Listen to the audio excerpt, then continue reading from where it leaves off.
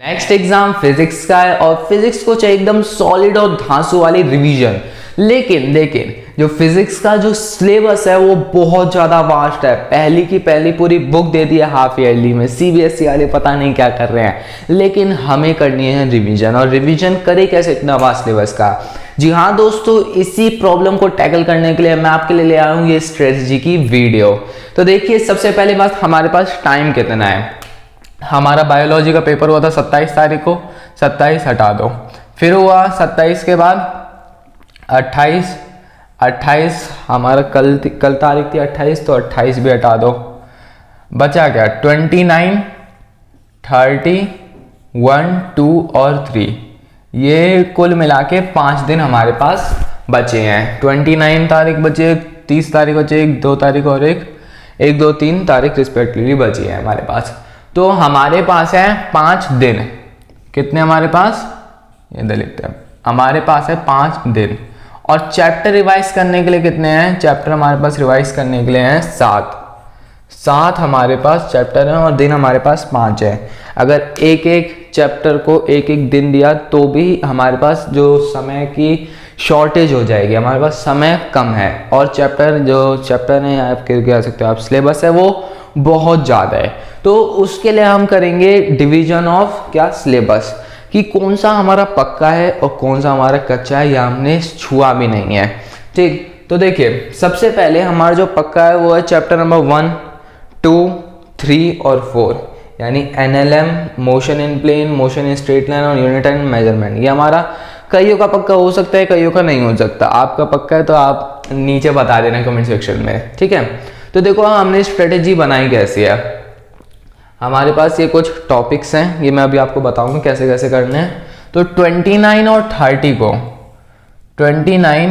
30 को रिस्पेक्टली 29 और 30 को हम करने वाले हैं ये 4 चैप्टर नंबर 1, 2, 4। इसकी टोटल रिवीजन करेंगे। अब आप बोलोगे सर 2 दिन में 4 चैप्टर कैसे हो पाएंगे? भाई सुनो, 29 को है संडे, यानी आज को है संडे, तो आज में ये जितना भी है ना, ये आज में ही ख़त्म हो सकता है।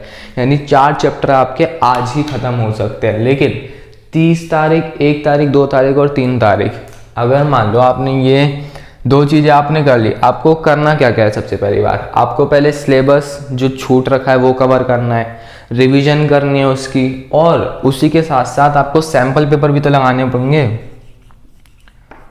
सैम्पल पेपर बिना लगाए अगर फिजिक्स में जाओगे तो भाई पूरा गोल हो जाओगे, क्योंकि आपको लेवल ही नहीं पता है क्वेश्चंस का, ठीक है।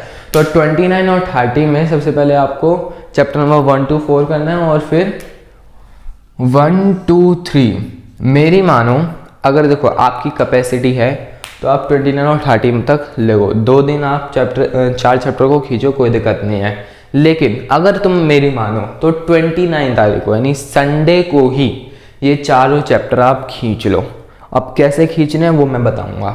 4 चैप्टर 29 को खींच लिए, आपके पास बचा 30, 1 तारीख और 2 तारीख को आपको कर लेना है बाकी के 3 चैप्टर। ग्रेविटेशनल हो जाएगा, रोटेशनल भी हो जाएगा, और उसके बाद एक और चैप्टर बचता है वो भी हो जाएगा। 7 चैप्टर ना, 4 चैप्टर ये रहे, 3 वो बचेंगे, तो 3 यहाँ पे चैप्टर कर लोगे, और फिर एक दिन में आप सैम्पल पेपर लगा सकते हो आराम से बैठकर।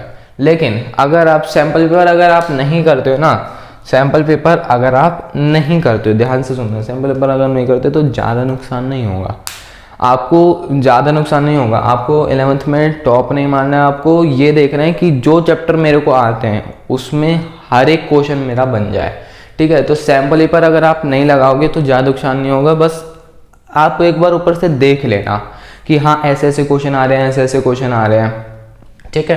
तो अब शुरू करते हैं हम चैप्टर नंबर 1 to 4 की कहानी। तो सबसे पहले हमारा चैप्टर आता है unit and measurement. Unit and measurement के सबसे पहले आपको एनसीईआरटी के सारे एग्जाम्पल करने हैं, और एनसीईआरटी की जो एक्सरसाइज है, बैक एक्सरसाइज के क्वेश्चंस होते हैं, उनमें से सिर्फ एक क्वेश्चन करना है 1.3, और बस यहीं पे आपका चैप्टर नंबर 1 की रिवीजन खत्म हो जाती है। बस इतनी ही है, इतनी चीज़ें, ज़्यादा इसमें चीज़ें है नहीं, जो यहाँ पे लिखी पड़ी हैं वही चीज़ आपको करनी है। फिर chapter number 2 motion in a straight line. और हाँ, एक और बात, अगर आपको इनमें से कोई चैप्टर छुआ भी नहीं है 1 2 3, ठीक, इनमें से कोई चैप्टर छुआ भी नहीं है या आपको समझ नहीं आता तो आपके लिए वीडियोस भी बना रखी है, इसकी बना रखी है, इसकी बना रखी है, इसकी बना रखी है, बाकी आगे की मैं आगे बनाता जाऊँगा, ठीक। तो मोशन इन स्ट्रेट लाइन में आपको क्या करना है, एनसीईआरटी के एग्जाम्पल सारे करने हैं, एग्जाम्पल मस्ट है, और सारे की सारे आपको ग्राफ बनाने हैं। यहाँ पे मोशन इन स्ट्रेट लाइन में बहुत सारे ग्राफ होते हैं, वेलोसिटी टाइम ग्राफ होते हैं, एक्सेलरेशन टाइम ग्राफ होते हैं, डिस्टेंस टाइम ग्राफ होते हैं, ठीक है। वो सारे ग्राफ आपको बनाने आने चाहिए, और आपको ये नहीं कि सिर्फ बनाने आने चाहिए, आपको पता होना चाहिए कि उसका स्लोप क्या देता है, स्लोप के अंदर का एरिया क्या देता है, वो सारी चीज़ें आपको पता होनी चाहिए। और एक कुछ सेलेक्टिवली क्वेश्चन है मैंने सेलेक्ट करे आपके लिए, वो आप जरूर करके जाना, 2.3, 2.5, 2.8, 2.19। इससे इन सेलेक्टिव क्वेश्चन से क्या होगा, आपके एक तो जो कंसेप्ट है वो रिवाइज हो जाएगा और आपको कॉन्फिडेंस भी आएगा कि हाँ मैं क्वेश्चन कर सकता हूँ, ठीक। नेक्स्ट है आपका डेरिवेशन। डेरिवेशन बहुत इंपॉर्टेंट चीज़ है फिजिक्स के लिए। तो फिजिक्स में जब मोशन इन स्ट्रेट लाइन की बात करें तो इसमें डेरिवेशन आती है इक्वेशन ऑफ मोशन की।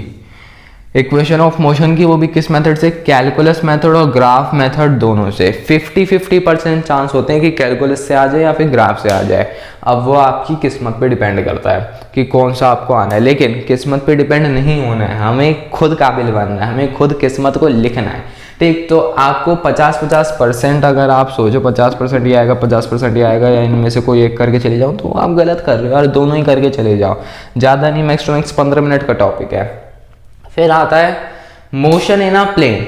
Motion in plane chapter number 3 में आपको करना है, वेक्टर के बेसिस आने चाहिए, एडिशन आना चाहिए, सब्ट्रैक्शन आना चाहिए, डॉट और क्रॉस प्रोडक्ट आना चाहिए। हाँ, एक और चीज़, चैप्टर नंबर 2 में जो एवरेज वेलोसिटी के क्वेश्चंस होते हैं या इंस्टेंटेनियस वेलोसिटी के क्वेश्चन होते हैं।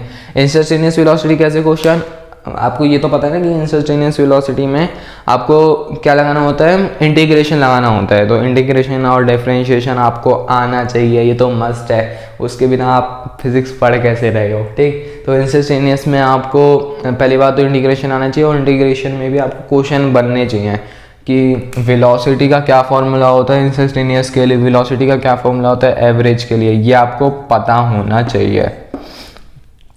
फिर और एक और चीज़ कि जितने भी यहाँ चैप्टर मैंने लिखे हैं इन सब की फॉर्मूला शीट आपको खुद बनानी है, कहीं से मत देखना, कहीं कोई प्रोवाइड करवा रहा हो, ट्यूशन आप कहीं कोचिंग वगैरह जाते हो वहाँ पे प्रोवाइड करा रहे हो, कहीं से मत लेना। मतलब अगर वो फ्री में दे रहे हैं तो लेने में कोई दिक्कत नहीं है, लेकिन अगर पढ़ने के लिए खुद से बनाओ। क्यों? क्योंकि मैं नहीं दे सकता क्या आपको, मैं भी तो दे सकता हूँ आपको ये फॉर्मूला शीट वगैरह इन सब की, लेकिन नहीं दूंगा। क्यों?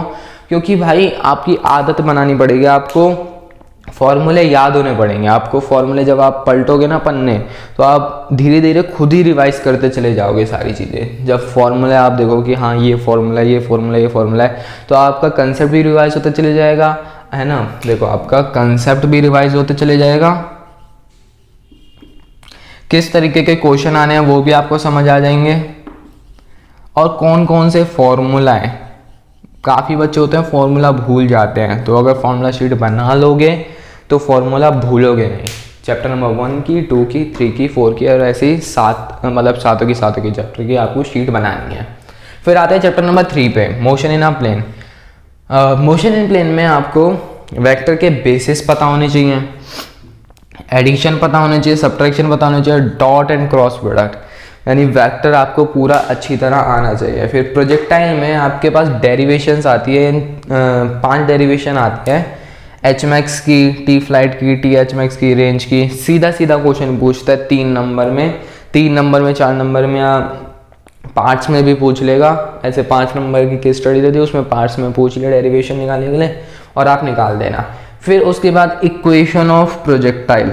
इक्वेशन ऑफ प्रोजेक्टाइल बहुत ही इंपॉर्टेंट टॉपिक है, इसको करके जाना, इसकी डेरिवेशन करके जाना। और पैराबोलिक, जो पैराबोलिक शेप होती है ना, इसका अगर ग्राफ बनाओगे तो पैराबोलिक शेप आती है, तो वो क्यों आती है उसका प्रूफ आप करके जाना।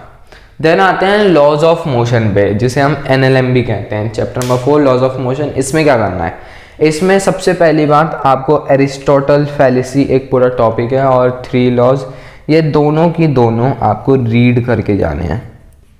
मार्क माई वर्ड्स, आपको ये रीड करके जाने हैं। इसमें से क्वेश्चन उठने के चांसेस आपके आते हैं MCQ में आ सकते हैं, असर्शन रीजन में आ सकते हैं। अब जिस बच्चे ने रीड करा होगा वो असर्शन रीजन में निकल जाएगा, लेकिन जिस बच्चे ने नहीं करा होगा वो फंस जाएगा भाई। उसी के बाद आपके पास एक क्वेश्चन आता है, सीधा सीधा उठता है कि सेकंड लॉ को फंडामेंटल लॉ क्यों कहते हैं। तो सेकंड लॉ को फंडामेंटल लॉ इसीलिए कहते हैं क्योंकि सेकंड लॉ से हम पहला लॉ और तीसरा लॉ प्रूफ कर सकते हैं। इसका आंसर हो जाएगा, लेकिन अभी इसका कंप्लीट आंसर नहीं है। आपको सेकंड लॉ से पहला और तीसरा लॉ प्रूफ करके दिखाना पड़ेगा। ठीक, प्रूफ आपको NCERT में सब दे रखा है। NCERT में सब कुछ मिल जाएगा आपको कि सेकंड लॉ से आप पहला लॉ और तीसरा लॉ कैसे प्रूफ करोगे, वो आपको करके जाना है। ठीक, फिर आता है कंजर्वेशन ऑफ मोमेंटम। इसकी डेरिवेशन होती है, बहुत प्यारी सी डेरिवेशन है, वो आप करके चले जाना। और एक एग्जांपल है 4.15 कंजर्वेशन ऑफ मोमेंटम के लिए क्वेश्चन। फिर सारे के सारे आपको एग्जांपल करने हैं जहाँ पे भी आप पुली देखो, क्योंकि पुली के क्वेश्चन मैक्सिमम टाइम मैंने देखे, मैक्सिमम टाइम पुली के जो क्वेश्चन होते हैं फिजिक्स के पेपर्स में वो NCERT से ही उठते हैं। अंदर की बात बता रहा हूँ, NCERT से ही पुली के क्वेश्चन उठते हैं। तो अगर NCERT के क्वेश्चन आप करके चले जाओगे, आपका कंसेप्ट भी रिवाइज हो जाएगा, आपका नंबर भी पक्के होते चले जाएंगे, और आप ये भी कह सकते हो कि हाँ NCERT भी सॉल्व करके गए हैं हम। फिर आपका आता है फ्रिक्शन ग्राफ।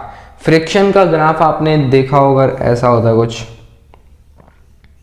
है ना, ऐसा होता है ना फ्रिक्शन का ग्राफ। तो फ्रिक्शन के ग्राफ की आपको थ्योरी एक्सप्लेनेशन आपको पता होनी चाहिए कि आखिर ये ऐसा हो क्यों रहा है। ठीक है, थ्योरी आपको मतलब आपको इसके एक्सप्लेनेशन पता होनी चाहिए, वो भी थ्योरी में लिखने टाइम में। फिर उसके बाद आपके पास banking of road. Banking of road पे तो स्टार लगा लो, ये सीधा 5 नंबर में क्वेश्चन आता है। पिछले साल भी आया था, उससे पिछले साल भी आया था, केस स्टडी में सीधा 5 नंबर में पूछेगा आपसे कि derive the expression for banking of road friction, आपको म्यू दे देगा, ऐसे ये सारी चीज़ें दे देगा।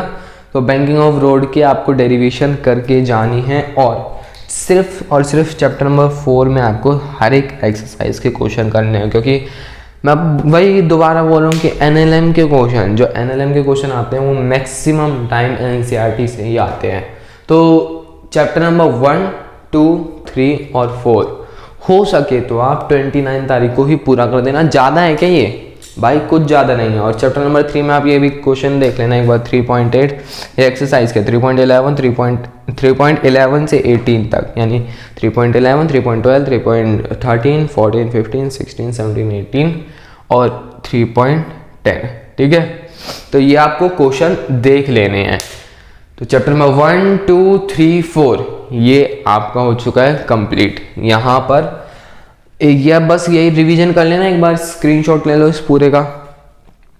चलो ठीक है, तो एक बार इन सब चीज़ों की रिवीजन कर लेना, और 29 तारीख को, 29 यानी आज के दिन ही ये पूरा आपका ख़त्म हो जाना चाहिए मेरी मानो तो। अगर आप कर सकते हो तो ख़त्म कर दो, लेकिन ज़्यादा देर का है नहीं है।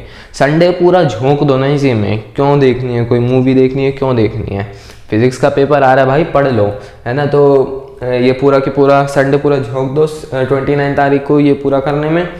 अगर नहीं हो पाता है, मान लो आपकी कैपेसिटी नहीं है, ठीक है, आप ज़्यादा जल्दी ग्रैप नहीं कर पाते हो, है ना, तो आप क्या करो, आप 2 दिन लो, आराम से 2 दिन लो, और फिर इन 3 दिनों में जो बचे 3 चैप्टर हैं वो एक एक करके आप दो। अब सर आप काफ़ी बच्चे बोलेंगे सर चैप्टर नंबर 1, 2, 3, 4 का तो बता दिया, लेकिन 5, 6, 7 का क्या?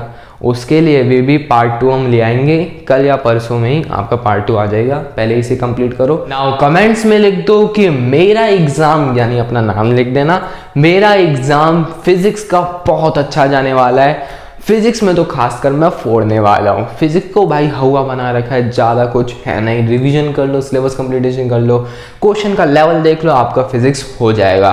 ठीक, तो चैप्टर नंबर जितने भी 4 हैं आपको ये बता दिए हैं, बाकी के 3 चैप्टर आपको स्ट्रेटजी पार्ट नंबर 2 में बता दी जाएगी। तब तक के लिए जय हिंद, वंदे मातरम।